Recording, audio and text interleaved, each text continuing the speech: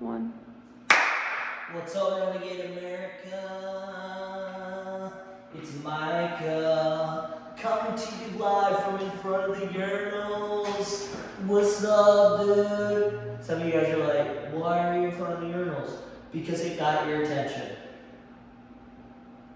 That was me dropping the mic, but there's no mic to drop. Anyway, we're coming up on a year anniversary of No Renegades. You know what that means? What have you done in a year?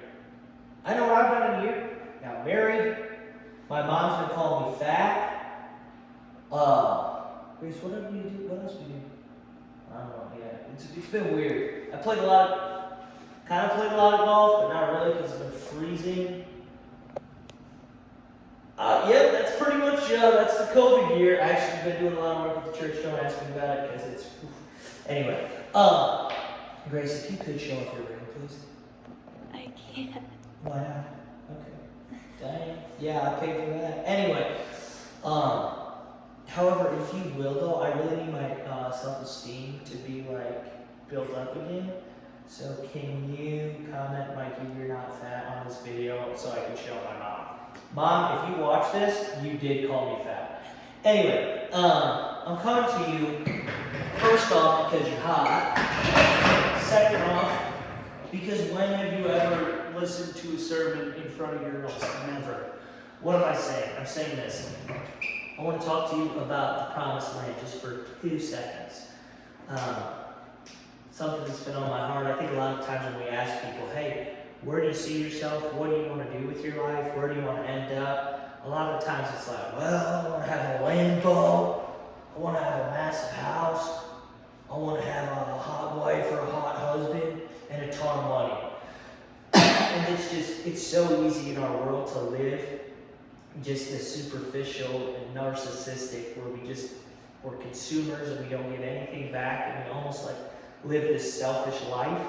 And I just want to encourage you maybe just to stop, and for some of us maybe this is a practice, where you get out a piece of paper or open up a notepad on your phone and just say, God, what does my promised land look like? And I believe He can speak to you.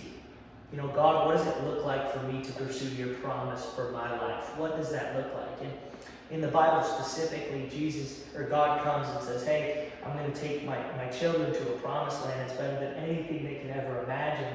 But what He didn't tell them is that it would take 40 years to get there. They would take 43 stops. And then once they got to the land, it would be occupied by a ton of different armies. Actually, 13 to be exact. And that's found in Numbers 22 and in Deuteronomy. It talks about this. So, what am I saying? I'm saying this. Is that a lot of times God has a plan and a purpose and a promise for your life. And it's better than anything you can imagine. However, there might be a lot of stops along the way. There might be a lot of things that you come up against that you're going to have to fight for.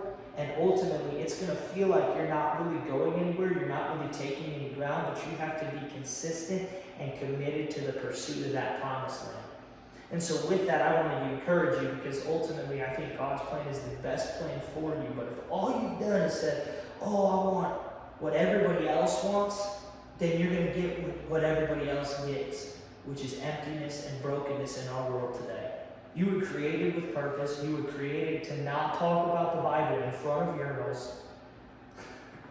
But ultimately, it's going to be a journey. Sign up for the journey. Sign up for the pit stops. Sign up for the fights because I promise you it makes you a better person. With that, we're going to be seeing you real soon. What does that mean? See you later, Renegade. You're hot like my wife.